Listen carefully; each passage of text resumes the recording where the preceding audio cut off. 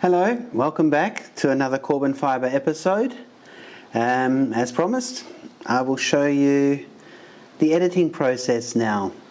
You've seen what I've had to play with. I had many different versions, and now it's actually time to separate all these music videos, make them into shots, and take out the bits I don't want, keeping the bits that I do want, and maybe some extra. So here's my process for putting Corban Fibre, doing Time With You, the music video, together. So, showing you my DaVinci Resolve. The final version is on this timeline is called Cut 7, and I will show you this quickly. As you can see, it's nice and neat. It's one single line with all these different shots, and basically just taking the best bits out of the whole thing. But it never starts this nice and clean. It starts in a very messy way. So my first iteration of putting Corban Fibre together is pick the take that everything is based on. In this instance, I picked the best take of Corban Fibre singing to camera because I want to keep any lip syncing that kind of worked in its place, and I'll cut everything else around it. And that's what you're seeing here in the visual layer, the first one here.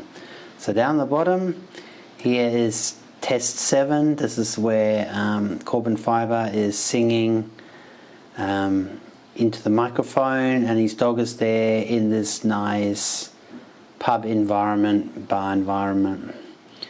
And on top of that, I then placed my first version of what I'm happy with, or the favorite take of the music video, the full 3-minute one, on top of that in its actual order that it was made. So I haven't moved anything around really yet. I've just added all the edit points. In DaVinci Resolve it's very easy to do. You take one clip or one long clip and it finds the edit points for you, so I didn't have to meticulously go in and add my points, which is really good. Thank you Resolve for having that feature. And I put it straight over the top of it. So if you can see here underneath, I'll get rid of this, I'll just make it a bit easier to look at. If I were to play it down, video layer 1 has all my bar, all the bar shots that I may could use, and him singing to camera and so forth. And I also added in a couple of shots where I fudged the syncing a little bit. Now for some reason my sync is out with the pictures, even though it's out of the sync in what you're seeing, it actually is in sync in the real one. So I don't know whether it's part of the screen capture or not, but unfortunately you might look at it, well that's not in sync. Well yes, correct. What you're seeing is not, but the actual real one is, so you're just going to have to pretend that it is in sync. But it's not about that. This is more about the editing process and whittling things down from this massive lot of footage, condense it down into something that is very watchable. So my first going through is picking my best take for him singing to camera, which is what you're seeing on video layer 2. On video layer 3, this is where I put my favorite version of the whole scene of the beach. Him waking up in the morning, going about his day, and then ending in a nice sunset shot. And you can kind of see here that this take has these sparkling things in it, which you wouldn't have seen in my other video. It's just got different iterations of the shot of him in the bed. I thought that was quite good. That coffee mug is okay. You get the idea. And here's a big hole because no version fit into that hole yet, so I'm going to have to fudge that. So this is just for me to see how does the story work within the context of him singing, and how much do I have to cover in order to make the whole thing make sense. And I won't show you the whole thing. I'm just showing you snippets to begin with, just so you know what I've got to play with and what kind of works and what doesn't. Here's a nice shot, beautiful. I'll definitely keep that in. It may not be in this spot. That's not too bad, except the beginning does a bit of an odd skip. That's not bad. I like this shot. And even this works in a certain kind of way. But everything's kind of disjointed and it doesn't really follow a full narrative that I want, you know, people to be able to follow in this music video. So now that I've got my two favorite takes on top of each other with them, I will look at those and then start taking things away. What I will also do before I go on to my next cut, which will be cut 2, I will go through all the other versions and find the best bits to use and put in there. So if you can see here, we have Corban Fibre Test 7 and Test 5. Now when we go to some of these other shots, you see I've taken things off Test 1, which I thought would be quite good. Yeah, as you can see, there's a huge delay in what you're hearing. But these are the kind of shots that I may use and put in there as a sync. And what I will also do, isolate the shots that possibly aren't going to make it, but are nice anyway. Who knows? I might use it. So in each one of these is all the different. So this is all from Test 3, and then over here you've got more Test 3s. This is him making coffee and being inside. Everything that's happening inside and around the hut before he actually goes off and moves off. Now he's at the beach. This is the beach scene. Here is where I will look through and take all the selections of the beach scene that I really like. There's some nice moody shots. You can see here he's looking quite melancholy. A couple of movements here that don't really work. That is kind of nice. I really like that shot. It kind of looks naturalistic to me. Even that dog walking there. His jacket's getting a bit dirty there, but that's okay. And this is what dogs do. This one, yeah, it's kind of odd. It just doesn't really look real enough. And I will go through each iteration and pick the best shots. This is him inside the shop, so I'm going to put those in at some point as well. This is where he's mending the fence. I like the idea of him mending the fence, but I don't like the idea that there's a shiny barbed wire at the end of it. That's not really the point of what that is. And I will cut around that. Of course, you have these hero dog shots. Some are better than others. This is totally out of place. I don't know what the motivation is for that. Everyone who knows it, notice this shot here. Here we go. I told you this in the last video that I was going to get rid of his feet, and now the shot is actually quite usable. I just used Photoshop to do that. As you can see here, there you go. You can kind of see the difference. See, if you don't know, you don't know. You can see a few little blemishes along the side, but this shot is so low resolution, and you're not really going to be looking at that. Well, now you are, because I've just shown you what happened. But these are a lot of the little tricks that filmmakers use, because it's the visual effects that you don't see. It is no accident that every shot you see in a drama or movie, it's all ideal. Ideal lighting, ideal placement, right amount of people, right amount of structures. A lot of the things people do is sky replacement and building replacement, putting buildings in, taking buildings out, just to give you the absolute, the most beautiful shot you can out of what you've shot. And then you've got some end shots here that I can choose from. These are all my possible ending shots. I also have this sequence of an old man. I didn't end up using it because it was out of context. And there's some shop exteriors. This is all of him being inside the shop, dealing with a shopkeeper. Makes him a cup of coffee. Now it's gone from a shop to a cafe. He's tapping at some money, which is odd. This is the dog behind a window. I don't know why. But there's also some nice storm shots of him running. At least he's a German Shepherd. Yes, for people who know German Shepherds know that sometimes he doesn't really look like him. But to the average person, okay, it's a dog, it's a German Shepherd. I will excuse you for having multiple different dogs in the music video. And same with this stuff. Here we go, I redid the boot one. You might have seen in the other video that there was like a front-on view of a boot and pouring. I thought this one looked a bit nicer, and it's also inside. So when we cut to Storm actually eating, he's actually inside the hut, which ties the whole thing together a lot better. So there you go. Right, so that was cut one. Cut one is pretty much put the basics in. This is pretty much all I have to play with to make this thing work. So this is where we go on to cut two.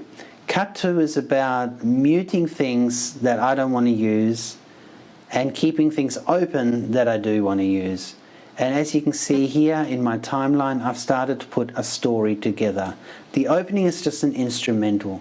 So it is just some nice shots of setting the scene. What's the daylight? Where are we? So I'll just play you down that.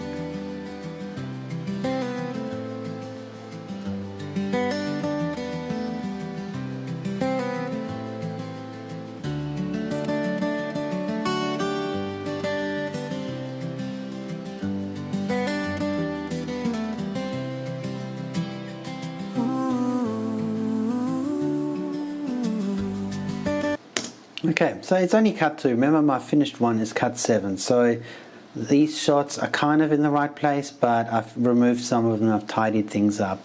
But you can kind of see how the whole thing is starting to work together.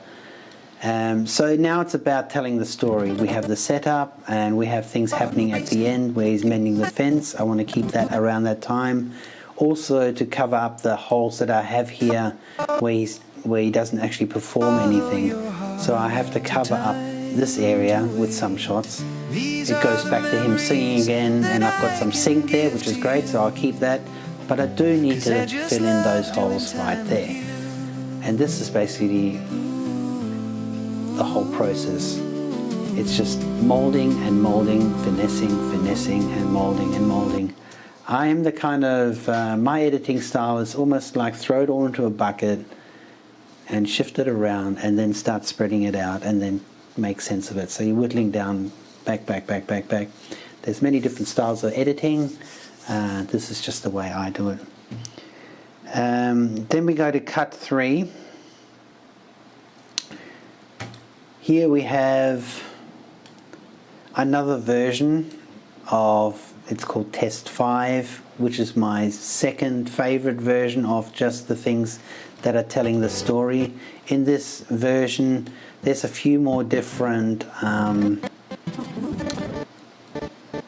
establishing shots, like here, like you've got this beautiful sand coming through the beach, even though that looks nice, it's nice and rugged. This doesn't look quite right, but you can kind of see now that I've gotten things fairly well working here, I now am starting to introduce the next layer of other favorite shots. As you can see here, a lot of the stuff is getting grayed out now. There's not that much more to choose from this area. I've exhausted my preferred shots. Just because you discard them for now doesn't mean you can't bring them back, because sometimes there's one shot in there that you can just put in the middle and just ties the thing together. But to be honest, more often than not, it's what you take out, not what you put in. So everything is stacked up and there's lots of different options. In some areas here, I have 3 different options for a shot.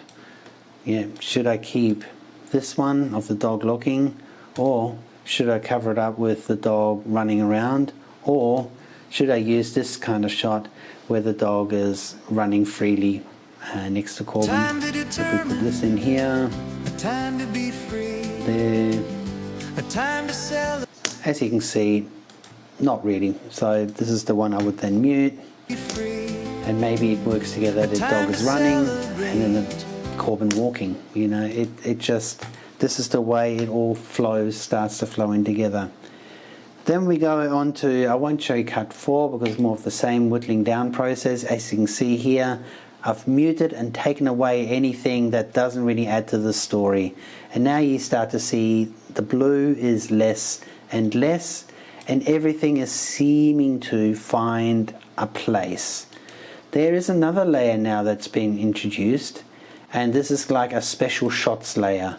So for some shots I really like where Corban is walking around the beach and he was looking up at the sky in an earlier shot. I basically gave the AI neural frames the shot again. I said, put some seagulls in the back as well. And so it gave me a shot like that, which I thought was quite interesting. And this is the original shot without the seagulls. He's looking. Oh, no.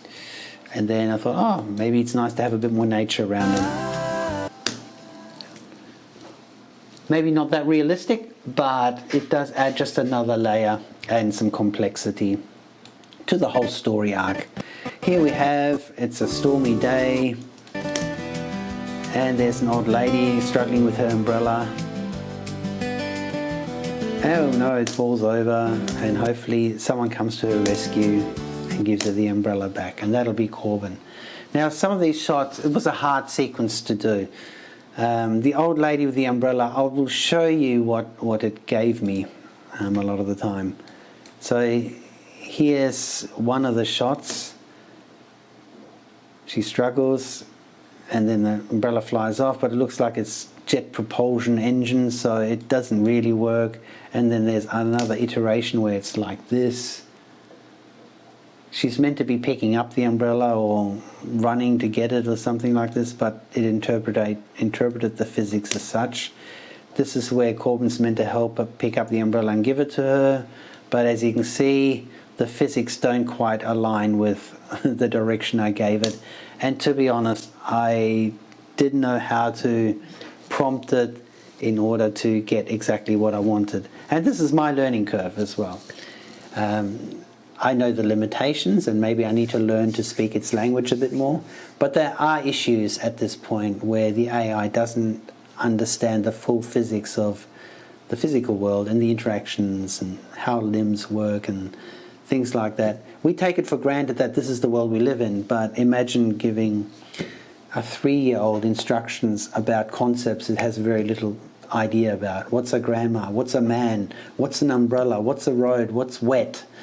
And how does one umbrella get to a woman, and where does the man fit in? This is the way you got to think about it. It's very complicated for something totally new to interpret what the physical world would be and look like. And it's doing its best to interpret what it thinks would happen. And that's why you're getting all these kind of odd little movements and things like that. It kind of understood, but it has no real world experience to really understand how the physics and all that stick together. So that's what I've done there is I've created some specialty kind of shots, just one-off shots that I then add in to just embellish the story a little bit more and give it a little bit more weight. And I think it's worked out quite well for that. And then going on to cut 5, I added more of those kind of shots in of him patting the dog, him walking, and also putting things in the right order. There he is walking, and there he is with his birds, taking out any of missteps and things like that. A lot of the time having to trim the shots, there's awkward starts, awkward finishes, pick the best bits. It's usually a second or two. Being a music video, you don't mind that things are pretty short, but when you're trying to showcase something that has to run for like 10 seconds, well, you're into a world of hurt. I see some people using AI-generated images that do 20 iterations of one shot just to get the perfect one, like a full-length 10-second or 20-second clip that's actually consistently good. Same with this, but this is not what this is. This is lots of little shots that tell a story, so there's a lot of trickery that I can do just to make the whole thing make sense. Right, going on to 6, this is where I've really stripped it down. The bottom here is where I've kept all of my syncing, all the good setups, and him singing to syncing, and up on top of that is the story layer. This is where he is in the hut, and establishing all of that and finishing off like that. So I know editing, I think, is like watching paint dry. I'm hoping you find this interesting. I'm trying to explain it to someone who doesn't really understand how editing works.